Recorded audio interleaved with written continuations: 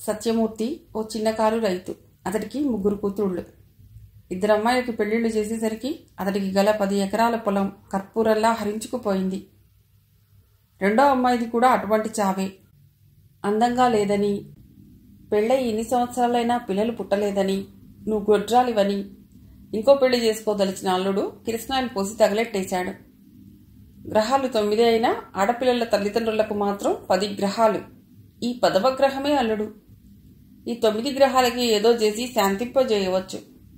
కానీ అల్లుడనే 10వ గ్రహానికి మాత్రం ఎంత చేసినా శాంతి కలగదు, తృప్తి తీరదు. బ్రహ్మరాక్షసిలా ఎంతసేపు ఇది కావాలి అది కావాలి అని పీడించుకుతినటమే. 2 కూతుళ్ళు అలా అల్లుళ్ల చేతుల్లో దుర్మరణం పాలయ్యేసరికి సత్యమూర్తికి మతిపోయింది. తన పిల్లల సుఖం కోసమని, వారికి ఎటువంటి కష్ట నష్టాలు తెలియకుండా ఉండటం కోసమని ఉన్న ఆస్తి అంతా దోచిపెట్టాడు. అయినా సుఖం లేకపోయింది. ఇప్పుడు 3వ కూతురు సంధ్య. అక్కయ్యల జీవితాలు చూశాక ఆ అమ్మాయి పెళ్లి చేసుకోనని భీష్మించు కూర్చుంది. అయినా ఆ తండ్రి ఊరుకుంటాడా? ఎవరి రాతకి ఎవరి బాధ్యులు అని వేదాంతం పలుకుతాడు. సంధ్యను విశ్వనాథం, సాగర్ చూశారు. అమ్మాయి నచ్చిందని ఉత్తరం రాశారు. అయితే సత్యమూర్తి ఏవో పనుల మీద తిరగటం వలన వెంటనే జవాబు రాయలేకపోయాడు. ఉత్తరం రాస్తే బాగోదని పేరయ్య శాస్త్రితో కబురు పంపించాడు. సత్యమూర్తి చాలా హడావుడిగా ఉన్నాడు. ఈరోజు కట్న కానుకల గురించి మాట్లాడుకోవటానికి విశ్వనాథం వాళ్ళు వస్తున్నారు. ఏదో రకంగా దాని పెళ్లి జరిగిపోతే బాగుండు అనే ఆలోచనలో ఉన్నాడు సత్యమూర్తి. విశ్వనాథం, సాగర్, పేరయ్య శాస్త్రి ట్రైన్ లేట్ వలన కాస్త ఆలస్యంగా వచ్చారు. వారిని సాదరంగా ఆహ్వానించాడు సత్యమూర్తి. అయ్యా సత్యమూర్తి గారు, అబ్బాయికి అమ్మాయి నచ్చింది, అమ్మాయికి అబ్బాయి నచ్చాడు. మరి మీకు అబ్బాయి నచ్చాడు, వాళ్ళకి అమ్మాయి నచ్చింది, నాకు మీరంతా నచ్చారు. మరి అసలు విషయం అందరికీ నచ్చేటట్లుగా మాట్లాడుకుంటే బాగుంటుంది. ఏమంటారు? పేరయ్య శాస్త్రి తన సహజ ధోరణిలో మాట్లాడి నస్యం పీల్చాడు. శాస్త్రి గారు, నా గురించి మీకు తెలుసు. పెద్దమ్మాయిలిద్దరికీ ఎంతెంత ఇచ్చామో మీకు తెలుసు. ఆలోచించి ఈ సంబంధం ఖాయం చేస్తే మీకు పుణ్యం ఉంటుంది అని అన్నాడు సత్యమూర్తి. అది సరేనండి, మీరు ఏమాత్రం ఇవ్వగలరో చెబితే అని. అమ్మా, విశ్వనాథం కాదు, మీరైనా ఒక మాట చెప్పండి.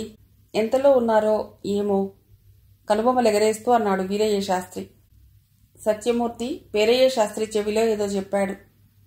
అయ్యా విశ్వనాథం గారు, 2 అమ్మాయిలకి ఎంతెంత ఇచ్చారో ఈ అమ్మాయికి కూడా అంతే ఇస్తామంటున్నారు అన్నాడు వీరయ్య శాస్త్రి. ఎంతేమిటి అన్నాడు విశ్వనాథం. 1,50,000. 1,50,000 ఆశ్చర్యపోయాడు సాగర్. అయ్యా 1,50,000 అని ఆశ్చర్యపోనక్కర్లేదు, నీరసంగా చూడక్కర్లేదు అని పేరయ్య శాస్త్రి సాగర్ వైపు చూశాడు. ఎలా కనిపిస్తున్నావు? 10 పరకకి వచ్చే వారంలాగున్నామా? సాగర్ శాస్త్రిని తినేటట్టు చూశాడు. బాబు, కోపం తెచ్చుకోకండి.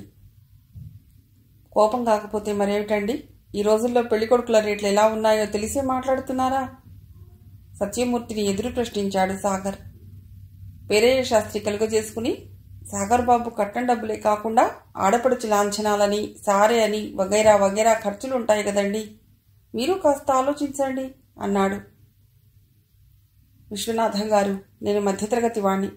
ముందు వెనక ఆస్తిపాస్తులేవీ లేవు. 2 అమ్మాయిల పెళ్లిళ్లు చేసేసరికి నా కాళ్ళు చేతులు చల్లబడిపోయాయి. ఇక ఈ పెళ్లికి నా తల ఎక్కడైనా తాకట్టు పెట్టాలి. మీరు కూడా నా పరిస్థితి అర్థం చేసుకుంటే బాగుంటుంది. సత్యమూర్తి వేడుకోలుగా అన్నాడు. సత్యమూర్తి గారు, ముసుగులో గుద్దులాట దేనికండి? మాకు కట్నం 5 లక్షలు కావాలి. సాగర్ ఠక్కుననేసరికి అందరూ ఆశ్చర్యపోయారు, విశ్వనాథంతో సహా. అంతేకాదు, స్కూటర్, కలర్ టీవీ, ఫ్రిడ్జ్, ఇంకా ఇంకా అని సాగర్ అనబోతుంటే పక్క గదిలో కూర్చుని అంతా వింటున్న సంధ్య శివంగిలా యువతలికొచ్చింది. ఆమెను చూసి మరోసారి అందరూ ఆశ్చర్యపోయారు. సంధ్య ఎవరిని పట్టించుకోకుండా సాగర్ వైపు చూస్తూ అంది. ఇంకా ఇంకా ఆలోచిస్తున్నారేంటి? లిస్టు తేవడం మర్చిపోయారా పెళ్ళికొడుకు గారు? ఈ అందమైన ముఖానికి 5 లక్షల రూపాయల కట్నం, ఈ శరీరాన్ని మోయటానికి ఒక స్కూటర్, క్రికెట్ మ్యాచ్లు చెత్తా చెదారం చుట్టానికి ఒక టీవీ, అదైనా బ్లాక్ అండ్ వైట్ పనికిరాదు, కలర్ టీవీ కావాలి కదూ. చాలా తక్కువగా అడుగుతున్నారు. ఇవేవి మీ మర్యాదకు తాహత్తుకు తగ్గట్టుగా లేవు. అమ్మా సంధ్య, సత్యమూర్తి సంధ్యని వారించాలని చూశాడు. సాగర్ గారు, కుబేరుడు లాంటి ఆడపిల్లల తండ్రిని పట్టుకుని ఇంత చీప్గా అడుగుతారా? మా నాన్నగారి సంగతి మీకు ఇంకా తెలీదు. మీరు డ్రైవర్గా ఉంటానంటే ఆర్టీసీ బస్సుని తెచ్చిస్తారు. మీ ఇంటి నుండి మా ఇంటికి ట్రాక్స్ వేయించుకుంటే రైలు బండిని కొనిస్తారు. ఏమంటారు? సంధ్య అలా మాట్లాడేసరికి సాగర్కి మండిపోయింది. అమ్మా సంధ్య, నువ్వు లోపలికి వెళ్ళమ్మా, సత్యమూర్తి చెప్పాడు. అమ్మా, పెద్దవాళ్ళం మేమంతా ఉండగా పేరయ్య శాస్త్రి ఏదో అనబోయాడు. నాన్నగారు, కాసేపు నన్ను మాట్లాడనివ్వండి. ఎంతసేపు వాళ్ళు మాట్లాడటం, మనం చేతులు కట్టుకుని వినడమేనా? ఇది మన ఇల్లు. అలా అనగానే సత్యమూర్తి ఇంకేం మాట్లాడలేదు. సాగర్ గారు, 5 లక్షల కట్నం, స్కూటర్, టీవీ వగైరా వగైరా ఎందుకు ఇవ్వాలి? సాగర్ వైపు సూటిగా చూస్తూ అడిగింది సంధ్య. మిమ్మల్ని పెళ్లి చేసుకుంటున్నందుకు. గుడ్. మరి మీరు మాకు ఏమేమి ఇస్తున్నారు? మీకు దేనికి? సాగర్ ఆశ్చర్యపోయాడు. నేను కూడా మిమ్మల్ని పెళ్లి చేసుకుంటున్నాను కదా. అంటే మనం పెళ్లి చేసుకుంటున్నాం.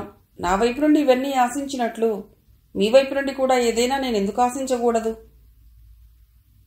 సంధ్య అలా లాజిక్గా మాట్లాడేసరికి సాగర్కి నవ్వొచ్చింది. నవ్వాడు, పగ్గలబడి నవ్వాడు. సాగర్ నవ్వుతుంటే సంధ్య అహం దెబ్బతిన్నట్లయింది. ఆపండి, ఎందుకు నవ్వుతారు? గట్టిగా అరిచింది. ఆ రోజులు పోయాయి మేడం, సాగర్ కూల్గా అన్నాడు. ఎక్కడికి పోయాయి మిస్టర్? అప్పుడు వారానికి 7 రోజులు, ఇప్పుడు వారానికి 7 రోజులే. అప్పుడు నెలకోసారి పౌర్ణమి, అమావాస్య వచ్చేవి, ఇప్పుడు వస్తున్నాయి. రోజులు ఎక్కడికి పోలేదు, ఎప్పుడూ మారలేదు. మారిందల్లా మీ బుద్ధులు, మీ ఆలోచనలు. మనిషిని మనిషి దోచుకోవాలని, కాల్చుకు తినాలనే ఆటవిక స్వభావం. మిస్టర్ సాగర్, మీరు చదువుకున్నారు. చెప్పండి, కట్నం ఎందుకు ఇవ్వాలి?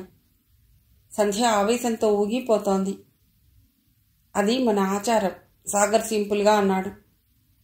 ఆచారం ఆచారం. ఆడపిల్లల తల్లిదండ్రుల్ని జలగల్లా పీల్చుకు తినమని చెప్తుందా ఆచారం? ఆడపిల్లని కన్న పాపానికి తల్లిదండ్రులు బ్రతికుండగానే నరకం అనుభవించమంటుందా ఆచారం? కట్నం తేలేదని, చాలేదని భార్యల్ని కిరోసిన్ పోసి తగలేయమంటుందా ఆచారం? చెప్పండి, ఏదండి ఆచారం? సంధ్య, ఏమిటమ్మా ఈ ఆవేశం? నేను మాట్లాడతాను కదా. నాన్న, మీరుండండి, నన్ను మాట్లాడనివ్వండి అని. సాగర్ గారు, మీరు కోరినట్లుగా కట్నాలు కానుకలు ఇస్తాం. మరి మా ఇంట్లో ఉండిపోతారా? తలగరేస్తూ అడిగింది సంధ్య. ఇల్లరికమా? సాగర్ నవ్వుతూ అన్నాడు. ఇల్లరికమా పాడా? సంతలో ఆవుని కొంటున్నాం, గేదెని కొంటున్నాం. దాన్ని ఇంటికి తెచ్చుకునేది ఇల్లరికం కోసమా? చిరాగ్గా మొహం పెట్టి అంది సంధ్య.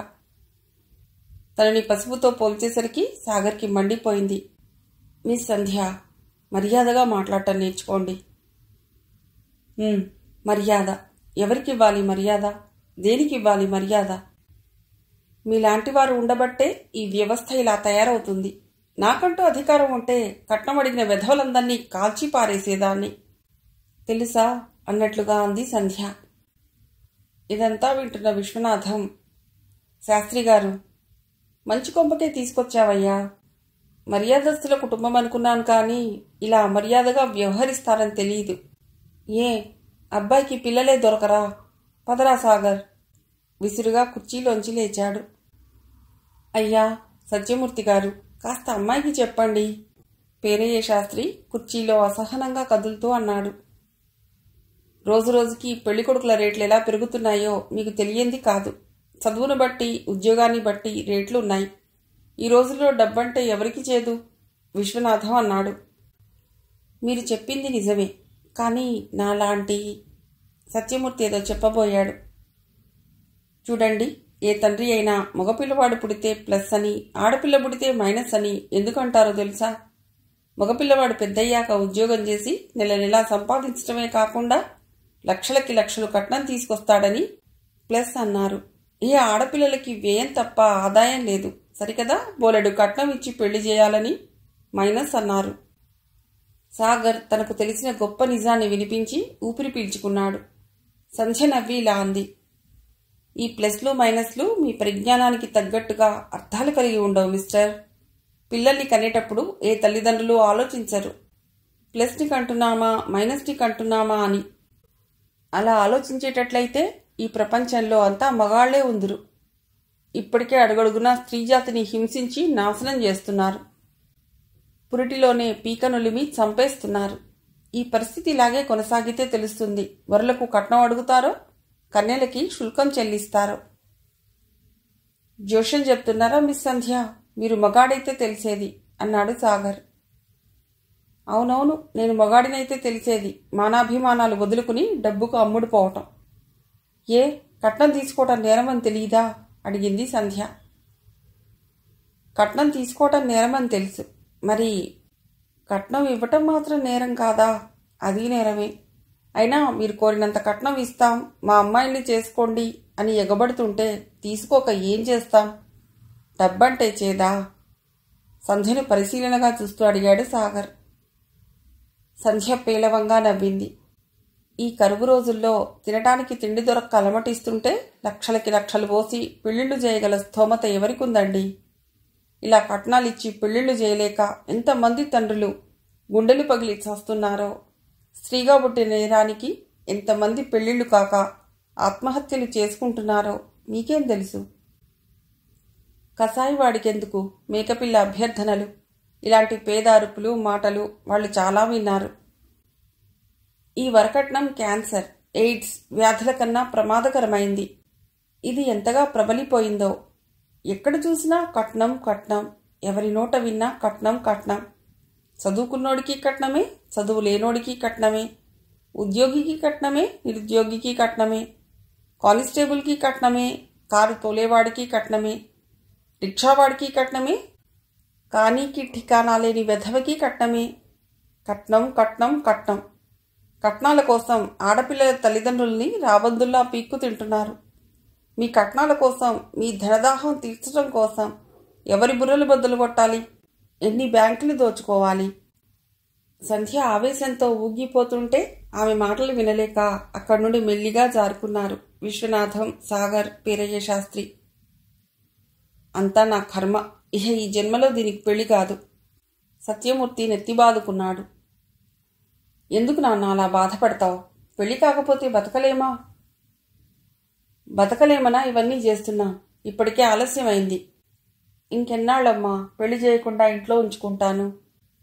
సత్యమూర్తి సంధ్యతల నిమురుతూ అన్నాడు. నాన్న, నేను ఇంట్లో ఉండటం భారంగా ఉందా? మనిషి జీవితంలో పెళ్లి ఒక ముఖ్యమైన ఘట్టం. అది స్త్రీ పురుషులిద్దరికీ సంబంధించింది. మరి స్త్రీని ఎందుకు బలిపశువుగా చేస్తున్నారు?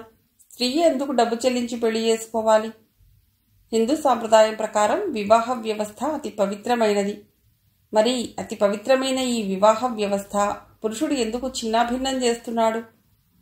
చిత్రం ఏమిటంటే నా మొగుడు నన్ను చంపేస్తున్నాడు, ఈ కాపురం నేను చేయలేను మొర్రో అని ప్రాణభయంతో కన్నవారింటికి పరిగెత్తుకొచ్చిన కూతుర్ని చావైనా బతుకైనా నీ భర్తతోటిదేనని తిరిగి ఆ నరకకూపంలోకి గెంటేసిన తండ్రి ఒక మగాడే కదా. పురుషాధిక్యత గల ఈ ప్రపంచంలో స్త్రీలు కేవలం బానిసలు. స్త్రీ శరీరాన్ని చీల్చుకు పుట్టిన ఈ పురుషుడు స్త్రీని తంతున్నాడు, నిప్పుల్లోకి తోస్తున్నాడు, చంపుతున్నాడు. ఇంకా ఎన్నాళ్ళు ఈ మారణ హోమం? ఎంతకాలం సాగుతుంది దౌర్జన్యం? ఓ మగాడా, స్త్రీజాతిని సమూలంగా నాశనం చేయటమే నీ ధ్యేయమా? ఓ పురుష, నీ జన్మకి కారణం స్త్రీ, నీ సుఖ సంతోషాలకి మూలం స్త్రీ, నీ ఉనికికి కారణం స్త్రీ. అటువంటి స్త్రీని గౌరవించే రోజు ఎప్పుడొస్తుంది? ఎప్పుడొస్తుంది? ఆలోచనలతో సంధ్య బుర్ర వేడెక్కిపోతోంది, ఆవేశంతో ఊగిపోతోంది. సాగర్ మనస్సంతా చికాగ్గా ఉంది. సంధ్య అన్న దాంట్లో నిజం లేకపోలేదు. అయితే మగాడి అహం అంగీకరించలేకపోయింది. ఆవేశంతో ఆమె మాట్లాడే ప్రతి మాట సాగర్ మనసును తొలిచేస్తున్నాయి. మొదటిసారిగా సంధ్యని చూసి సాగర్ ఇష్టపడ్డాడు. ఆమెను చూసినప్పుడే అనుకున్నాడు, తనకు కాబోయే భార్య ఇలా ఉండాలి అని. ఆమె అందంగా ఉంటుంది అనే కన్నా చాలా అందంగా ఉంటుంది. అయితే సాగర్ ఆమెను చూసొచ్చాక చాలామందిని చూశాడు. వాళ్లంతా సంధ్య ముందు దిగదుడిపే. కట్నకానుకల విషయం వచ్చేసరికి సాగర్ 5 లక్షలే అడిగాడు. అదేనా సంధ్యని తాను ఇష్టపడ్డాడని? లేకుంటే అందరినీ అడిగినట్టు 10 లక్షలు అడిగేవాడు. బ్యాంకులో తనను చూసి గుసగుసలు. తను వినాలనే కామెంట్స్. 101 జిల్లాలకే అందగాడు. ఎంతమందిని చూశాడో ఈ పాటికి సెంచరీ కొట్టేసి ఉంటాడు. అందగాడిననే గర్వంలే, ఆ పాటి అందచందాలు ఎవరికుండవు. వీడికి ఆంటీలే గతి. ఇంట్లో అంతా ముభావంగా ఉన్నారు. చుట్టపు చూపుగా వచ్చి వెడుతున్న చెల్లెలు కూడా మాట్లాడటం లేదు. ఎయిడ్స్ రోగిని చూసినట్లు అందరూ తనను చూడసాగారు. ఇక్కడి వాతావరణము, వ్యక్తులకు దూరంగా ఎక్కడికైనా పోయి కొన్నాళ్లు ఉందామని అనుకున్నాడు సాగర్. ఆ సమయంలో సుభద్ర పరిచయమైంది. సుభద్ర మంచి గాయని. ఆమె సినీ గాయని కాదు, సంగీత విద్వాంసురాలు కాదు. ఆమె లలిత గేయాలు పాడుతుంది. రేడియో వినేవారికి, టీవీ చూసేవారికి ఆమె సుపరిచితురాలు. ఆ రోజు తన మేనమామ కూతురు రాధ పెళ్లి. అయితే తనకు వెళ్లాలని లేదు. రాధను తాను కాదన్నాక మేనమామతో తను ముభావంగా ఉంటున్నాడు. బావా, ఇదిగో ఇటు చూడు. నేను అందంగా లేకపోవచ్చు, కానీ మా బావ చాలా అందగాడు అని మురిసిపోయేదాన్ని. నువ్వు నన్ను కాదన్నావని నాకు కోపం లేదు. ఎందుకో చెప్పనా? నువ్వు నా గుండెల్లో ఉన్నావు. ఈ బొమ్మ చెరిగిపోదు. నాన్న మాట కాదనలేక ఈ పెళ్లికి ఇష్టపడ్డాను. ఒక్కసారి నా పెళ్లికి రావా? రాధ ఆ రోజు కంటనీరు పెట్టుకుంటే కాదనలేక వెళ్ళాడు. పెళ్లివారిల్లు చాలా సందడిగా ఉంది. అర్ధరాత్రి ఎప్పుడో ముహూర్తం. ఎవరి పనిలో వాళ్ళున్నారు. సాగర్ రాక చూసి మేనమామ ఆప్యాయంగా నవ్వాడు. నువ్వు కాదన్నా నా కూతురికి మంచి కుర్రవాడే దొరికాడు అన్న భావం మేనమామ చూపుల్లో, మాటల్లో వ్యక్తమవటం సాగర్ గమనించాడు. లోపలెక్కడో స్నేహితులతో కబుర్లు చెప్తూ కూర్చున్న రాధ సాగర్ దగ్గరకొచ్చింది. బావా, నువ్వొస్తావని నాకు తెలుసు. నా మీద నీకెంత ప్రేమ, అభిమానం ఉందో నాకు బాగా తెలుసు. అయితే నేనొకటి అడుగుతాను, కాదనవు కదా? కనుగుడ్లు చిత్రంగా తిప్పి మొహం మీద పడుతున్న ముంగుర్లను సవరించుకుంటూ అడిగింది రాధ. తన సహజమైన నవ్వుతో ఏమిటి చెప్పు అన్నాడు. అయితే ఇలారా. రాధ సాగర్ని ఒక గదిలోకి తీసుకెళ్ళింది. ఆ గదిలో ఏవేవో సామాన్లున్నాయి. ఎవరూ తమను గమనించలేదని గ్రహించి తలుపులు వేసి బోల్టు పెట్టింది. బావా రా, నన్ను బిగియారా కౌగిలించుకో. జీవితాంతం నీ గుడ్డల మీద నిద్రపోవాలని అనుకున్నాను. కానీ ఒకసారి నీ బాహువుల్లో ఇముడ్చుకో అని రాధ కనులు మూసుకుని 2 చేతులు చాచింది. ఆమె అలా చేతులు చాచినప్పుడు బయట జారింది. ఎత్తైన వక్షస్థలం అందంగా, ఆకర్షణీయంగా ఉంది. సాగర్ ఈ పరిస్థితికి కాస్త కలవరపడ్డాడు. మరో సమయంలోనైతే రాధ చెంప పేలిపోయేది. కానీ సాగర్ కిందికి వంగి జారిన ఆమె పవిట తీసి సర్దాడు. అలా సర్దినప్పుడు మూసిన కళ్ళు తెరిచిన రాధకు సాగర్ మనోహరంగా కనిపించాడు. రాధా, నువ్వు చిన్నపిల్లవి. జీవితం సినిమా కాదు. అటువంటి అభిప్రాయమే ఉంటే ఎప్పుడా పని చేసేవాణ్ణి. మనిషి అందంగా ఉంటే సరిపోదు, మనస్సు అందంగా, నిర్మలంగా ఉండాలి. పిచ్చి పిచ్చి ఆలోచనలు మానేసి బుద్ధిగా జీవితాన్ని సుఖమయం చేసుకో. సాగర్ అలా అనేసరికి కిటికీలోంచి నవ్వులు, చప్పట్లు వినిపించాయి. రాధ కూడా పెద్దగా నవ్వుతూ, థ్యాంక్స్ బావా, మనిషి అంటే నీలా ఉండాలి అంది. ఏమిటిది? అర్థం కాక చిరాగ్గా అడిగాడు సాగర్. మీ బావ ఎంత అందగాడో అంత చంచలమైన మనస్సు కలిగి ఉంటాడు. ఈ అందమైన మగవాళ్ల దృష్టి ఎప్పుడూ ఆడవాళ్ల మీదే. ఏ విధంగానైనా తమ కోరికలు తీర్చుకుంటారు. మీ బావేమైనా ఆకాశంలో చూడిపడ్డా అని మా ఫ్రెండ్స్ అంతా నీ గురించి అలా అనేసరికి నాకు కోపం వచ్చి చిన్న టెస్ట్ పెట్టాను. తప్ప అని రాధ బొంగమూతి పెట్టింది. సాగర్ చిన్నగా నవ్వి సరి సరి అని ఆమె నెత్తి మీద చిన్నగా మొట్టి విసురుగా తలుపు తీసి బయటికి వచ్చి చూసుకోకుండా ఆమెకు డాష్ ఇచ్చాడు. సారీ అంటూ తలెత్తి చూశాడు. ఎదురుగా ఆమె పాలపిట్ట రంగు చీరలో మల్లె మొగ్గలా నవ్వుతూ తననే చూస్తున్న ఆమెను కన్నార్పకుండా చూస్తున్నాడు సాగర్. ఎంత చక్కని పర్సనాలిటీ. కళ్లతో నవ్వుతూ తననే చూస్తున్న సాగర్ని అబ్బురంగా చూస్తుందామె. ఒకరినొకరు వింతగా చూసుకుంటున్న వారి మధ్యకు రాధ వచ్చి, ఏయ్ బావా, ఇదిగో ఇటు చూడు, ఈవిడెవరో తెలుసా అని ఆమె గురించి మొత్తం చెప్పింది. ఆమె సుభద్ర. రేడియోలో, టీవీలో లలిత గీతాలు పాడుతుంది. కోకిలమ్మ రాగాలు, సెలయేటి గలగలలు, వెదురుతోపుల్లో గాలి వీచే ధ్వనులు ఈమె గళంలో మనకు వినిపిస్తాయి. ఈమె పాటంటే ఇష్టం. చాలా శ్రద్ధగా వింటాడు సాగర్. టీవీలో ఈమెను చూశాక అనుకున్నాడు, అందమైన రాగాల బొమ్మయని. ఎప్పుడైనా హైదరాబాద్ వెళ్ళి ఆమెను కలవాలని చాలాసార్లు అనుకున్నాడు. సుభద్ర పెళ్ళికొడుకు తరపు వాళ్ళకి దూరపు చుట్టం. నిజానికి ఈ పెళ్లికి ఆమె రావాల్సిన అవసరం లేదు. అయితే ఇక్కడ రేడియోలో ఆమె ప్రోగ్రాం ఉండటం వలన ఇలా వచ్చింది. అలా సాగర్ దృష్టిలో పడింది. పెళ్లిలో ఎవరి పనుల్లో వాళ్ళున్నారు, ఎవరి ఆతృతలో వాళ్ళున్నారు. సాగర్ మాత్రం సుభద్రను చూస్తూ ఉన్నాడు. అలాగే సుభద్ర కూడా సాగర్ని చూస్తూ కూర్చుంది. అయితే వీళ్ళిద్దరి చూపులు వీడియో వాడి దృష్టిలో పడక తప్పలేదు. సాగర్ అభ్యర్థన మేర సుభద్ర పెళ్లిలో 2 గీతాలు పాడింది. అందరూ మెచ్చుకున్నారు. సాగర్ బ్యాంకుకి 4 రోజులు సెలవు పెట్టి తన స్కూటర్ మీద సుభద్రకు విశాఖపట్నం అంతా చూపించాడు. ఆకాశవాణిలో ఒకరోజు తన రికార్డింగ్ అయిపోయాక మిగతా 3 రోజులు 3 క్షణాల్లా గడిచిపోయాయి వారిద్దరికీ. డాల్ఫిన్ నోస్, మారాడా కొండ మీద దుర్గాగుడి, ship yard, steel plant, Ramakrishna mission, zoo, seashore, Appughar వగైరా వగైరాలన్నీ సాగర్తో చూసిన సుభద్రకు ఏదో తెలియని ఆనందం, అనుభూతి. సాగర్ని తాకుతూ నడవటం, అతడి చిరునవ్వులు, సమయానుకూలంగా అతడు వేసే జోక్స్ వింటూ అందమైన అతడి మోమును తదేకంగా తిలకిస్తూ తనని తాను మర్చిపోయే సుభద్రకు సాగర్ పరిచయం ఎడారిలో నీటి చెలమ లాంటిది. సుభద్ర సాగర్కి తన గురించి అంతా చెప్పింది. అయితే ఒక విషయం తప్ప. అది ఎలా చెప్పాలో ఆమెకు తెలియలేదు. చెప్పే అవకాశం వచ్చినా మౌనంగా ఉండిపోయింది. సుభద్రకు తన బావతో పెళ్లి జరిగింది. పెళ్ళైపోయాక కారులో వారిద్దరినీ ఊరేగిస్తున్నారు. ఆ ఊరేగింపులో తారాజువ్వలు, చిచ్చుబుడ్లు కాల్చడం ప్రారంభించారు. అయితే ప్రమాదవశాత్తు ఊహించని విధంగా కారు పెట్రోల్ ట్యాంక్కి నిప్పంటుకుంది. మరుక్షణం పెళ్లికొడుకు మంటల్లో కాలిపోయాడు. ఆ రోజు నుండి సుభద్రకు మతిపోయినట్లయింది. ఎవరితోనూ మాట్లాడదు, ఎవరిని దగ్గరకు రానియదు. తన బావ ఫోటో పట్టుకుని ఏడుస్తూ కూర్చునేది. కాలచక్ర భ్రమణంలో కష్టసుఖాలు ఒకదాని వెంట ఒకటి వస్తూనే ఉంటాయి, పోతూనే ఉంటాయి. ఏవీ శాశ్వతం కావు. మరుపు అనేది మానవ జాతికి దేవుడిచ్చిన అద్భుతమైన వరం. చదువుకునే రోజుల్లో తను నేర్చుకున్న సంగీతం ఇప్పుడు సుభద్రను ఒక మనిషిగా నిలిపింది. ఏదో సరదాకి తీరిక వేళల్లో పాడుకునే పాటలు ఇప్పుడు అభిమానంతో అంతా వింటున్నారు. తనకు కలిగిన కష్టం నుండి, విధి చేసిన క్రౌర్యం నుండి సుభద్ర ఇప్పుడిప్పుడే బయటపడుతోంది. గతం మర్చిపోవటానికి ప్రయత్నిస్తోంది. అయితే సాగర్తో పరిచయం వలన సుభద్రకు నూతనోత్సాహం వచ్చింది. మోడుబారిన జీవితం చిగురించడం ప్రారంభించింది. తీగ తెగిన వీణ మోగదేమో అనుకున్నారు.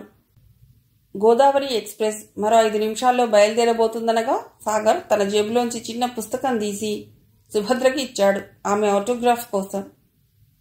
అభిమాన సినీ నటులు, క్రీడాకారులు, రాజకీయ నాయకులు, రచయితల దగ్గర ఆటోగ్రాఫ్ తీసుకుంటే బాగుంటుంది. కానీ నేనేమిటి, ఆటోగ్రాఫ్ ఇవ్వటం ఏమిటి అంది సుభద్ర. సాగర్ మాట్లాడలేదు. చిన్నగా నవ్వి ఊరుకున్నాడు. ఆ నవ్వు చాలు సుభద్రకు, వేసవిలో సన్నని వానలో తడిసినట్టు, అలసిన శరీరానికి చల్లని పిల్లతెమ్మెర స్పృశించినట్లు. మగవాళ్లలో కూడా ఇంత అందంగా ఆహ్లాదకరంగా నవ్వే వాళ్ళుంటారని సాగర్ని చూసే వరకు తెలీదు.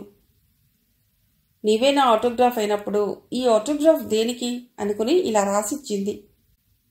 నా పాట మెచ్చిన అభిమాని, ఈ హృదయ వీణపై నీ పాట పాడనా? ఈలోగా ట్రైన్ కదలబోతుంటే ఆమె ఏం రాసిందో చూడకుండానే ఆటోగ్రాఫ్ జేబులో పెట్టుకుని గబగబా ట్రైన్ దిగి కిటికీ దగ్గరకొచ్చాడు సాగర్. అప్పుడే ఊహించని సంఘటన జరిగింది. సుభద్ర సాగర్ చేతి మీద ప్రేమతో, అభిమానంతో, ఆనందంతో కిస్ చేసింది. ఐ లైక్ యూ అంది. సాగర్ ఆశ్చర్యంగా ఆమె వైపు చూశాడు. ఆమె కలువ కన్నుల్లో సన్నని నీటి తెర. ట్రైన్ ప్లాట్ఫామ్ దాటే వరకు సాగర్ చెయ్యి గాల్లో ఊగుతూనే ఉంది. తర్వాత తను రాసిన ఆటోగ్రాఫ్ చదువుకున్నాడు. ఆమె కళ్లల్లో సన్నని నీటి తెరకి అర్థం తెలిసి భారంగా ఊపిరి పీల్చుకున్నాడు. మిగిలిన కథ తర్వాతి భాగంలో.